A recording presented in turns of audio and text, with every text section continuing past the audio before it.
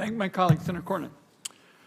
Mr. Werfel, when the misnamed Inflation Reduction Act appropriated roughly $80 billion for the IRS through 2031, were you aware of any plan that was in place that instructed that appropriation, or was this money appropriated to the IRS in this multi-year fashion without any concrete plan in place on how it would be spent? I'm not aware of a plan that's been published. I am aware that Secretary Yellen has asked my potential predecessor if I'm confirmed for such a plan that you described. Yeah, well, that bothers me a lot. This is sort of typical of Washington, D.C. We appropriate the money and ask for the plan later, rather than ask for the plan and say, how much money do you need to actually implement the plan? I, too, am a little troubled by some of the political rhetoric around the IRS, given particularly the checkered history of the IRS and targeting certain taxpayers that you're all too familiar with as a result of your coming in after the Lois Lerner affair and the targeting of certain taxpayers.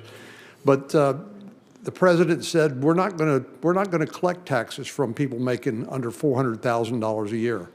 Actually, he didn't say that exactly. He said we're not going to have increased audits of people making less than $400,000 a year. Will you commit to collecting all lawful taxes that taxpayers owe, regardless of whether they are the top 1% or whether they earn less than $400,000 a year?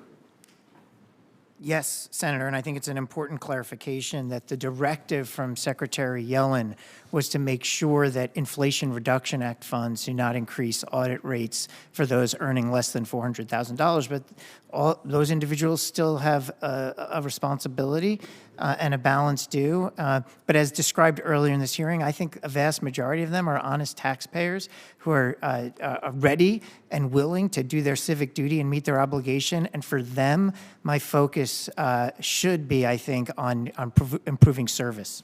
Well, let me ask you about the Treasury Inspector General on Tax Administration's report for fiscal year 2021, because I think the record of the IRS with regard to implementing some of the tax credit provisions that I assume have come up here before today leave a lot to be concerned about. For example, 28% of total earned income tax credits were improperly made, 28%, 13% of additional child tax credits were improperly paid, and 26% of American Opportunity Tax credits were improperly paid. This has been a long-standing issue for the IRS. Please tell me that you're going to look into that and try to make sure that people who are receiving money from the federal government, other taxpayers in effect, through improper payments, tell me that you're going to look into that and try to reduce those numbers dramatically.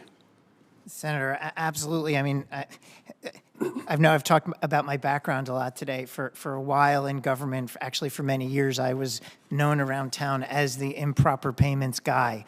That was my job for both President Bush and President Obama. I've thought a lot about this issue and certainly will focus on it when I'm there if I get confirmed.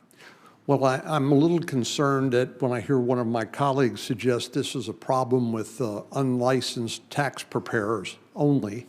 It strikes me that no matter who is preparing the tax return, that it's the responsibility of the U.S. government and the IRS in particular to make sure that improper payments are not being made. Would you agree that both of those are important?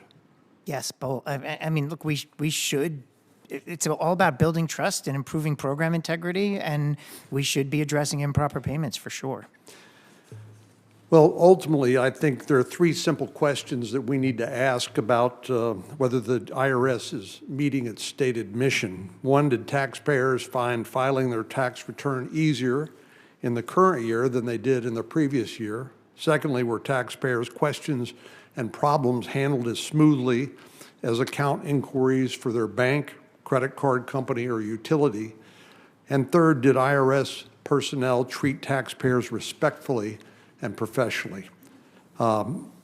Obviously, we know the IRS has had a long history of struggling to meet those goals, but I hope it's your commitment to us here today that that would be your intention.